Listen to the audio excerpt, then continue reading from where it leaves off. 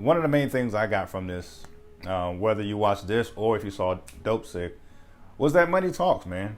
Money talks. Throughout the documentary, you see how certain people would just look the other way because the Sackler family was made of money. They just money talks, man. That's all I could say.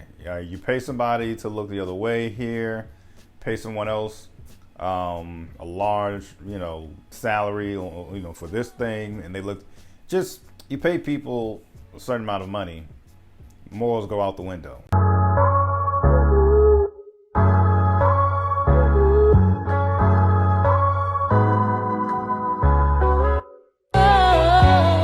Hey, what's going on, folks? Another episode of Ryan Reviews Everything. We are talking about Painkillers, which is the latest series on Netflix.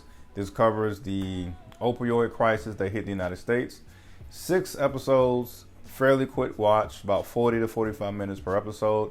And this stars Matthew Broderick as Richard Sackler, and also stars Uzo Aduba, who plays Edie.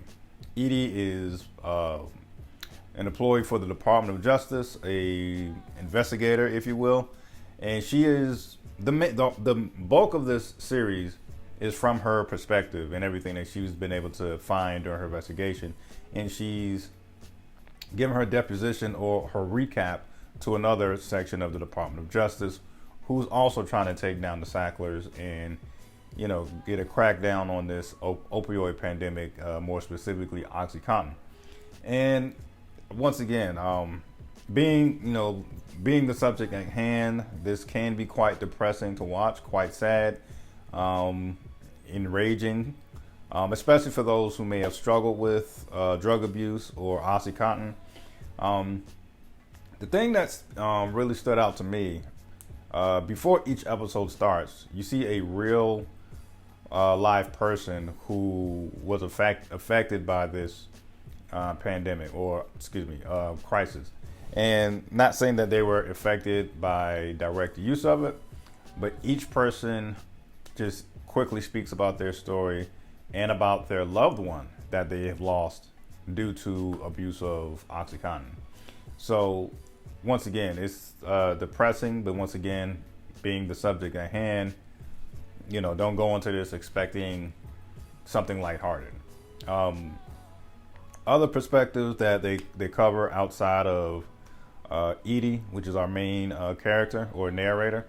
Other than her perspective, you get a perspective of he's like an auto shop owner who got injured during the job, and you see his struggles throughout the series trying to get off of OxyContin. And the other perspective, you see a young, attractive blonde woman who actually is like a sales rep or a salesperson when it comes to OxyContin. Her whole job throughout this series is literally just going to different doctors' offices and persuading them to start to prescribe OxyContin for anybody who's experiencing pain. So it's a very interesting series, especially when you get to see it from all these different perspectives. And of course, as I mentioned, Matthew Broderick, he plays Richard Sackler, and you also see all the types of hurdles Sackler and his whole team and family made the investigators and the Department of Justice, all the hurdles he made the DOJ go through in order to even try to make any progress when it comes to the opioid crisis. So with all that said and done, I'm not going to say spoiler alert because these are actual, real events that happen, but just something that, could be upsetting to you. None of the Sackler, no member of the Sackler family ever was criminally charged with anything. They filed for bankruptcy in March of 2019, and were ordered to pay like a settlement of $4.5 billion. As of August of 2023, or at least as of July of 2023, that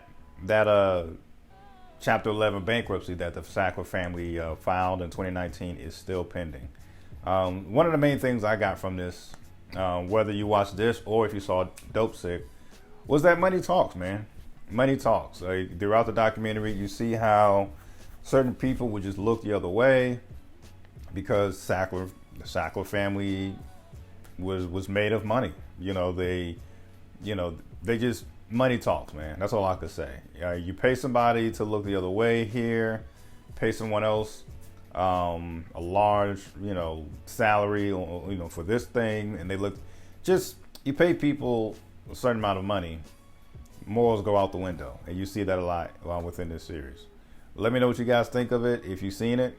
And once again, if you know anyone who is struggling with drug abuse of any kind, please, I urge you to get help. Or if you know someone who is struggling, I urge you to get them help as well.